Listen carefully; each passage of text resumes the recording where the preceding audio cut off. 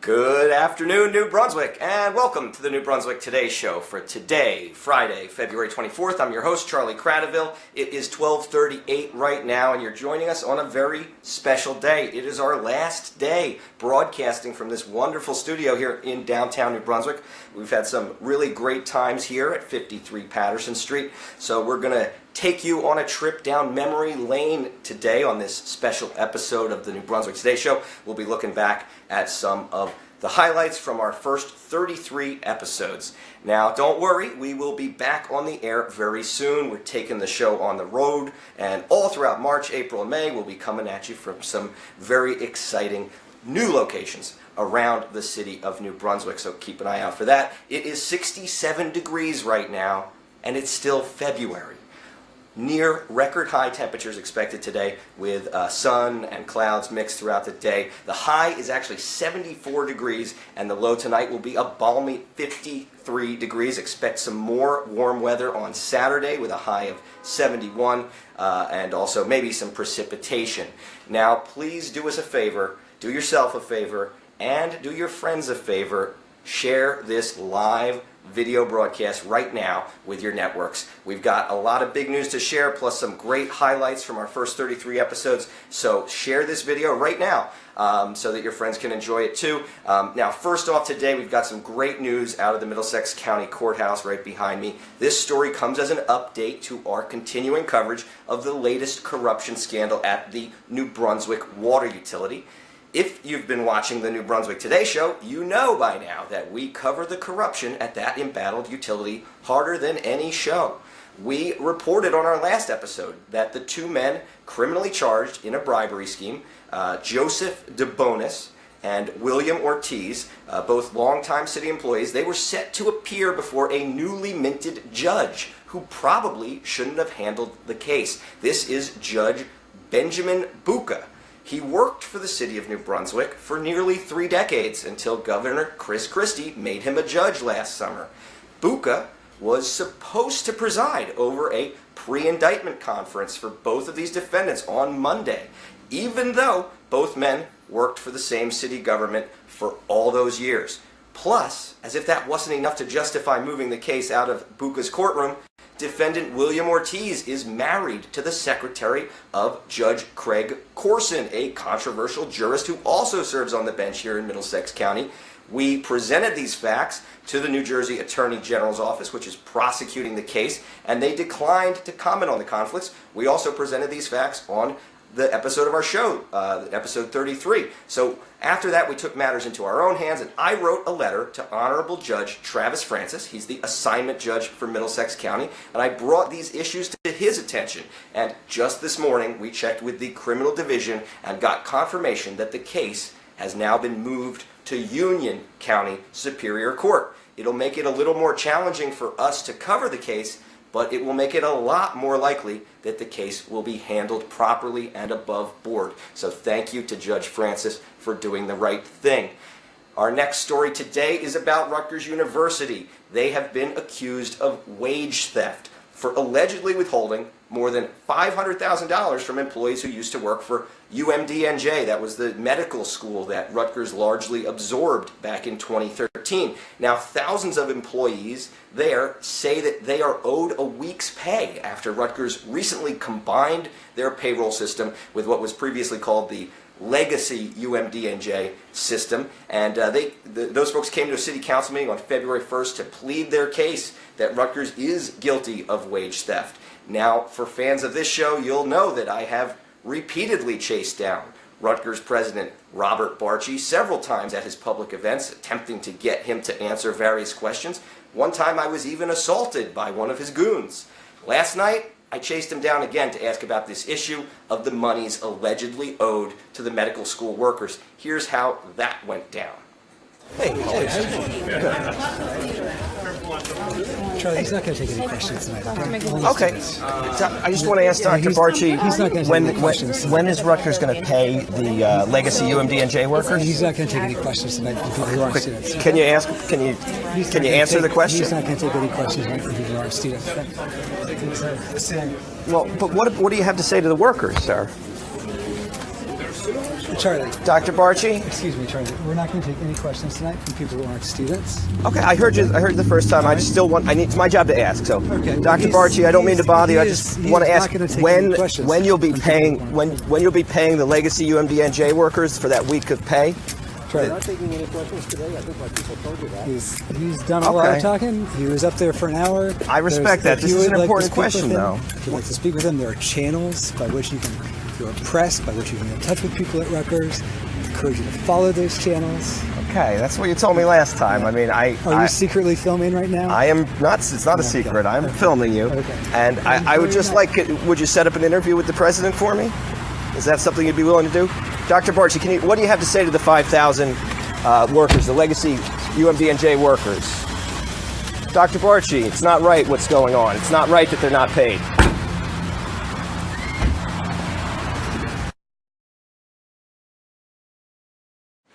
And welcome back to the New Brunswick Today show. You can please stay tuned to NewBrunswickToday.com. Our newest reporter, Emily Gibbs, is actually working on that story for you. Now, as promised today, we're taking a stroll down memory lane. We've been on the air since September the 6th, and this is our 34th official episode. So thanks to the team who made that possible. And in this time we've been doing this show, we have interviewed one of the top elected officials for this area, as well as 2 different candidates for New Jersey governor, and a number of amazing community leaders, as well as many terrific journalists and activists. So many highlights. We tried to pick out a few of them for today's show to share with you.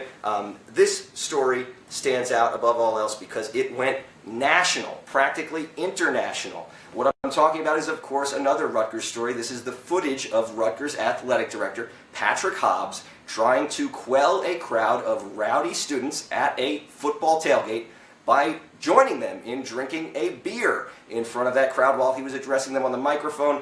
Rutgers, in typical fashion, made things much worse by actually canceling that tailgate and making the story blow up. So the story that started on the early days of the NBT show, episode 6 to be exact, ended up becoming a national story covered by outlets like ESPN and NBC. So let's just take a quick look at that classic clip that we first aired back in September. No, I can't drink that right now.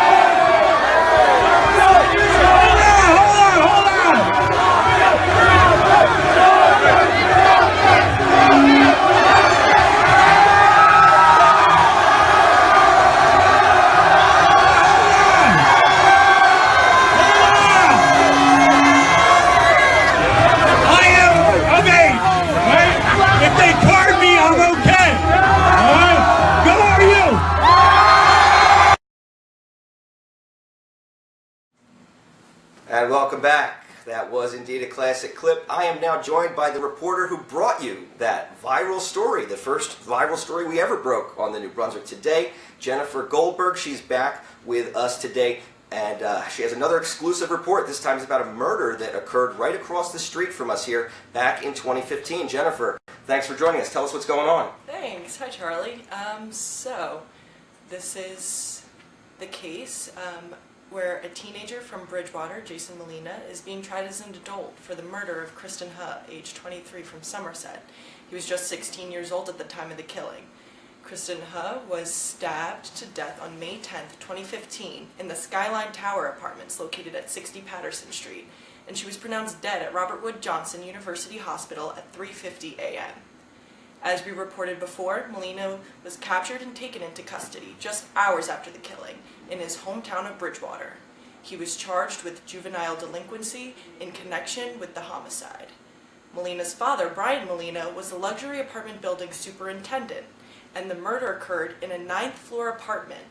According to Jason Molina's defense attorney, Stephen Altman, the apartment was actually registered under the father, Brian Molina. Altman could not inform NB Today of the relationship between Jason Molina and the victim. The Middlesex County Prosecutor's Office announced on June 19, 2015, the younger Molina faces charges of murder and possession of a weapon for an unlawful purpose. Jason Molina, through his attorney, entered a not guilty plea back in 2015. When New Brunswick Today talked to Stephen Altman, he mentioned he filed a motion to disqualify the prosecutor, Alyssa Gambarella, from prosecuting the case due to a witness involved that works for the prosecutor's office. Altman affirmed that the motion will be heard today at 1:30 p.m. in Judge Dennis Niev's courtroom at the Middlesex County Courthouse. The building, which was previously owned by Penrose Properties, is now bought and managed under Oxford Realty Group. According to a source inside the county government, both Skyline Apartments and the George, located at 285 George Street, were bought for $35.5 million. New Brunswick Today is looking into why these buildings switched ownership, in an article we are currently working on. Molina remains in custody at the Middlesex County Youth Detention Center in North Brunswick, held on $1 million bail. New Brunswick Today talked to the Middlesex County Youth Detention Center today to see what Molina's current bail status is listed at, and the center could not provide us that information.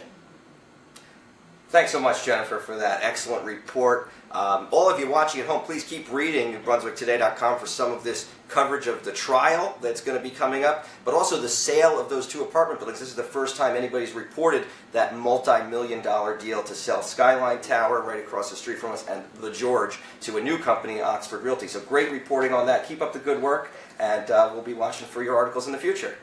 Now, we've got another intrepid reporter joining us today. You probably remember Chris Roberts, who, along with me, got kicked out of an emergency shelter back in September for trying to document the conditions that Rutgers students were subjected to after they were forced out of their on-campus housing due to a prolonged power outage. Here, take a look at some of the footage Chris got.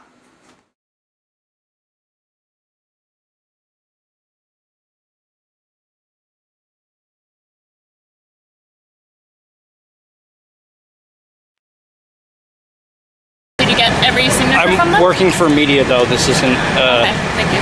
Sorry, I'm student government. Oh, okay. Sorry. Yeah, this isn't a personal thing. Yeah, it's I know. For, no.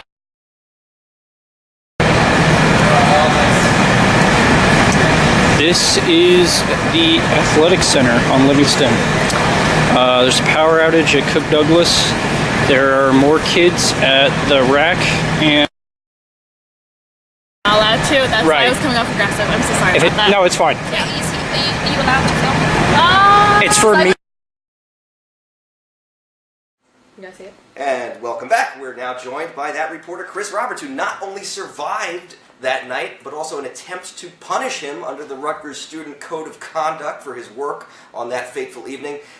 Chris, of course, went on to expose much more in his work with us. He exposed heat and hot water problems at his own dormitory on the Livingston campus of Rutgers. And now today he's got a story about more infrastructure problems at the Rutgers campus housing, including one of the newest buildings on the whole campus. Chris, thanks so much for joining us today. What do you got for us? Thank you.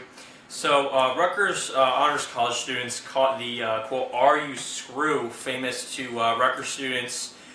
Residents of the new luxury on-campus apartments have reportedly been without warm water for 2 weeks. Now, the Honors College is, of course, the 500-bed high-end apartments for high-achieving freshmen, which, along with the Rutgers Academic Building and the, quote, Yard apartments, cost $300 million in a redevelopment plan for College Ave. The president of the development company that built the project, New Brunswick Development Corporation, better known as DevCo, told NB Today, quote, "Yeah, we're going to look into it. I'm surprised, but I will look into it." While the situation has improved over the last 2 days, many students are still showering with cold or lukewarm water, said School of Arts and Sciences first year Ankush D. John F. Shulak, Vice President of University Facilities, said the problem was identified and addressed on Monday. One of the 2 boilers in the buildings experienced mechanical and control issues which caused the shortage.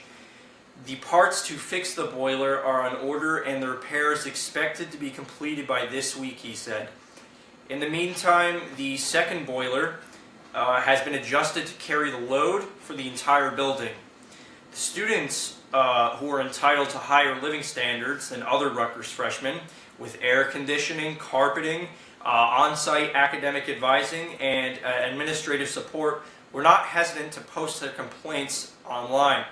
100 students either, quote, liked or, quote, reacted to a Facebook post made in the New Brunswick Honors College Class of 2020 Facebook group.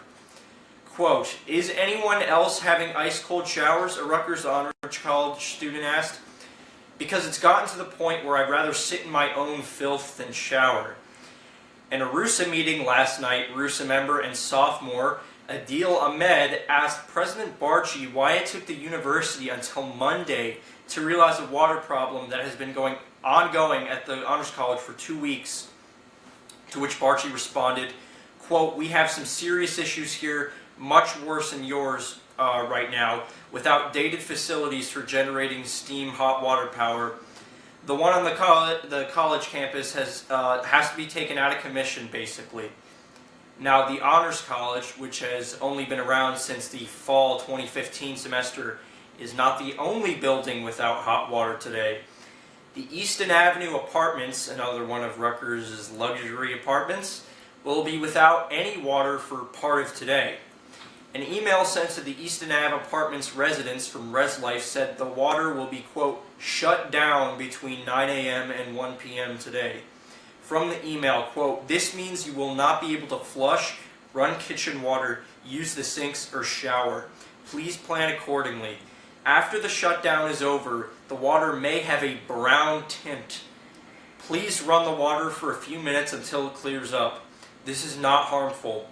When water is shut down, sediments settle, and when the water is resumed, the sediments are then pushed through the pipes. The email concludes, quote, we apologize for the inconvenience and the short notice. And a slew of hot water problems, which included a 2-week shortage of hot water on my very own Quad 2 dormitory on Livingston campus back in October to November. Many students are wondering where the Rutgers administration's priorities are in regards to funding. We'll be looking into this, and stay tuned to NewBrunswickToday.com for an article on these ongoing issues at Rutgers. Thanks so much, Chris, for that excellent report. It's amazing what students are paying for and what they're getting for what they're paying. Now, one of our biggest accomplishments on this show is that we were able to score an interview with New Brunswick's longtime congressman on episode 12 back in September. It's important to note there was an election coming up, and we also interviewed the congressman's Republican opponent just a few days prior on episode 11. And, well, we were really proud to educate our audience about the two candidates in that election. So we tried to ask them both some tough questions, and since Congressman Pallone was such a gracious guest and this was such a memorable moment for all of us involved, let's take a look at a clip from that interview back in September. So, Democrats have been in power in Middlesex County for as long as I've been around. The sheriff for 30 years, Joe Spicuzzo, who was also the chairman of the party, helped get you elected many, many times probably, was pled guilty, convicted, went to jail for selling police jobs while he was the sheriff. John Lynch Jr. was the mayor here in New Brunswick. He also did time in jail for corruption. Joe Voss, mayor of Perth Amboy, also time in jail for corruption. New Brunswick's seen a chief housing inspector arrested and had to resign after drug charges. A couple other housing officials jailed in a federal investigation, and another man committed suicide when he learned he was under investigation. Just this year, we had 4 New Brunswick Parking Authority employees arrested, 2 firefighters arrested, charged with fraud. In the past, we've seen cops jailed for actually running brothels in New Brunswick, and let's just say many cops who got away with things that were illegal. And we also had the Edward O'Rourke, ran the water treatment plant in New Brunswick. He's in jail now, pleaded guilty to charge of public corruption for falsifying records and covering up problems in the water. How can you tell people to support the Democratic Party when in Middlesex the Democratic Party has that kind of track record when they've been in power? Well, I mean, in all honesty, Charlie, I think that the Middlesex Democratic Party is really one of the best in the state. I got to be honest with you. I've worked with them for years, and of course, you're talking about with some things that have happened in the past. But if you look at the efficiency of the county government in terms of the level of taxes, the tax rate, I think, being pretty much stable for a number of years, versus the services that they provide, I think is the best in the state. I really do. And, you know, I also represent Monmouth County, so I'm including Monmouth. And, you know, I you know, talk about services. I mean, like you go to Middlesex County College, I think that they, you know, they try to keep tuition down. They're always building new buildings. I think they're very conscious of the middle class and the fact that you can't raise taxes, you know, inordinately, that you have to provide good services. And I'm very proud of the party. I mean, you talk about New Brunswick. I mean, my God, Charlie, this city, in the 28 years that I've been here, and I'm not taking credit for it, you know, Mayor Cahill and his administration, I mean, this place has been transformed in the generation that I've been in office. You know, I talked about when I was a clerk at the Middlesex County Courthouse for Judge Simon. I mean, New Brunswick was not in very good shape then. I mean, now, you know, the downtown, the theater, you know, bringing Robert Wood Johnson and the hospital and the expansion of it, bringing Rutgers into the downtown. I think at the height of the recession, Mayor Cahill told me that the unemployment rate in New Brunswick never rose above 4%, where the national rate was like 11%.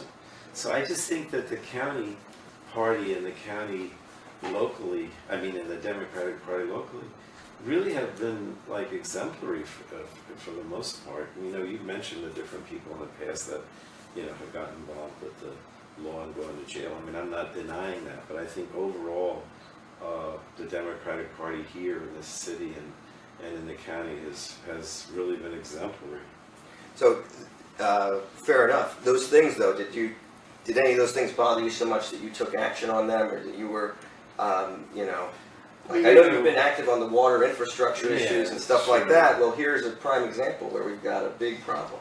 Well, I mean, we didn't, you know, and I think most people in the party didn't know about those things. You know, we weren't aware that they were going on until law enforcement brought them out, and you know, people were found guilty and went to jail. So, and for the most part, you know, I and other elected officials were surprised, to be perfectly honest.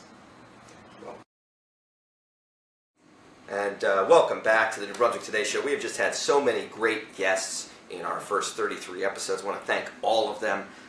Just a few that come to mind: John Paff, Gavin Rozzi, Teresa Vivar, Ana Lilia Mejia, Jason Rowe, and of course the two gubernatorial candidates who came on our show. Bill Brennan, famous for filing the criminal complaint against the governor that has now judges found probable cause twice against the governor. Bill Brennan was sitting right in the chair next to me, as was Seth Copperdale, a local hero who is running for governor with the Green Party this year. So we tried to give a voice to a lot of different people, and I think we owe those people a debt of gratitude for appearing on our show and addressing our audience, and thanks to everybody who helped to get them involved, and thanks to them for being brave enough to come here and go live on the air with us here at 53 Patterson Street. Now, the last highlight of our time here is the one that really shook things up. Like I said, we cover the water utility more aggressive than anybody else here,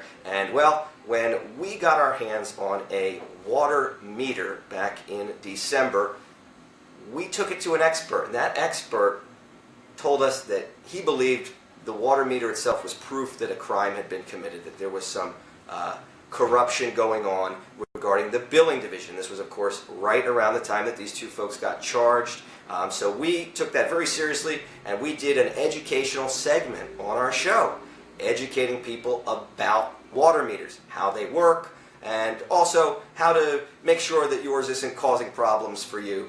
We did our best to give as much information as we could about those devices that most people really never think about, and we actually showcased the water meter right here because we had nothing to hide. We were doing our job, and well, the police in New Brunswick liked that episode so much that they got a search warrant to come into our office, invade our space, and take not just the water meter, but the judge even approved for them to take a memory card featuring that episode of the show. That's how great that episode was, that the New Brunswick police wanted their own copy, and they got a search warrant from a Superior Court judge, Colleen Flynn, to be able to do that. That day that all went down was December 20th. It was just a few days after episode 26 of the New Brunswick Today show aired, and that day, well, we didn't have a human guest, but the water meter was by far our most controversial guest yet. So here, take a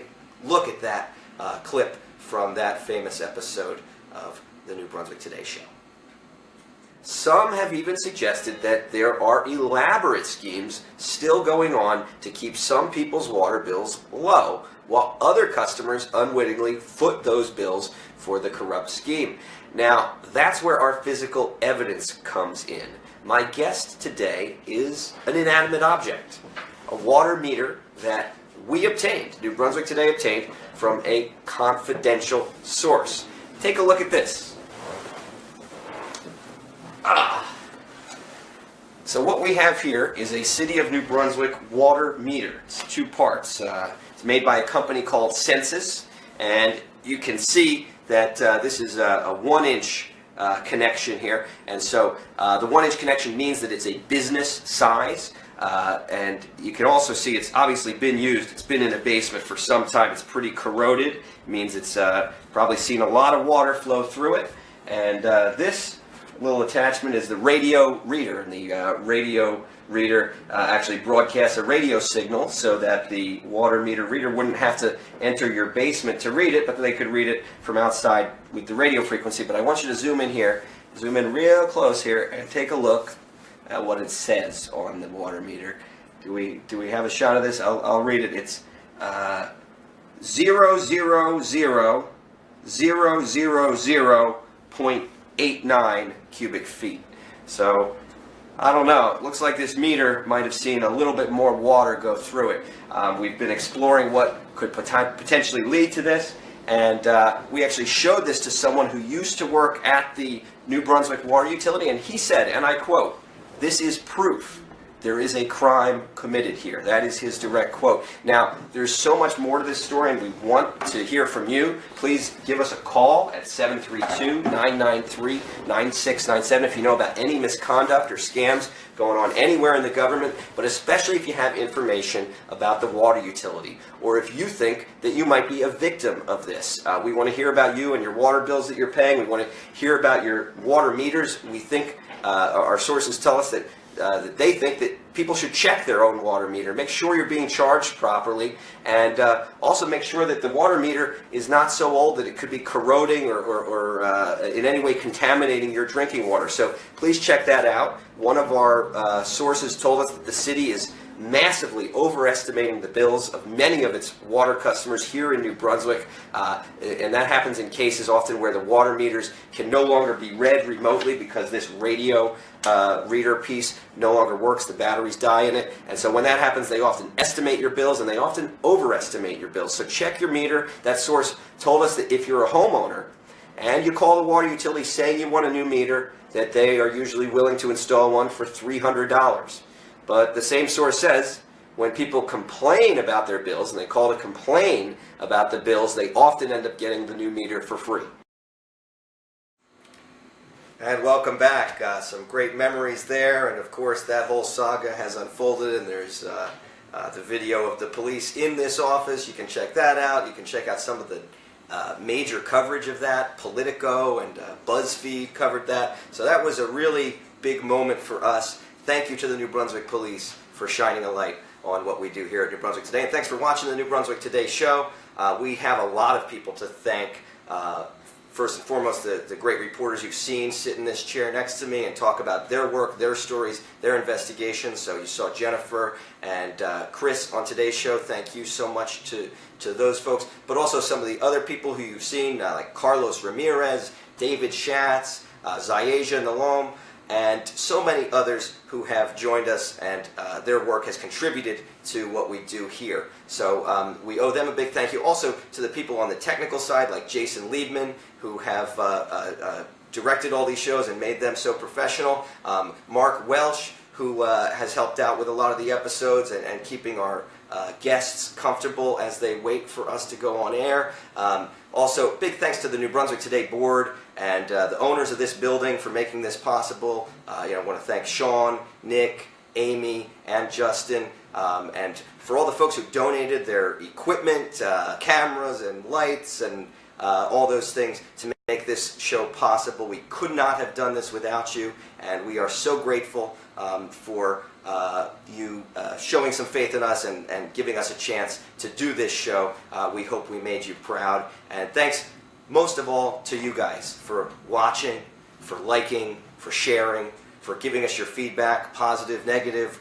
We're just happy that you're watching, and hopefully that we're educating each other about the city we love here in New Brunswick. So thanks to everybody who made this possible. We're going to close on a fun note today. You might have seen a theme throughout our 34 episodes of our neighbors, the abandoned, vacant Farron parking deck and mall. That is the view out of our back window about a month ago when we captured a huge chunk of the Farron parking deck being torn down right behind us, and you have seen as our coverage has gone on, the deck gets smaller and smaller. This is a parking deck, one of the first major ones in New Brunswick, and it took up 2 city blocks pretty much, and we're just kind of stuck here on the corner right next to it, but it dominates these 2 city blocks, or it did dominate these 2 city blocks. It's almost all the way torn down. They are about 2/3 of the way done tearing it down. You just saw a clip of some of the action. Well, we're going to miss this place, and we're also going to miss the Farron Mall, which had some character. It was in many ways a dirty, disgusting, gross parking deck. It was actually had some contamination on the site. We famously reported that the Key Food supermarket was storing hundreds of watermelons in that contaminated, vacant parking deck. But we also did some great coverage of the history of the deck and the plans to build skyscrapers right there, right here really, on this site. And that is the plans. Those are still far off, but they have been tearing down the deck, and it's been an amazing sight to see. Quite frankly, I've seen a lot of things demolished in New Brunswick. Never any demolition project this big. It's taken many months, and like I said, it's still not done. And we will miss the Farron parking deck, as gross or contaminated as it might have been.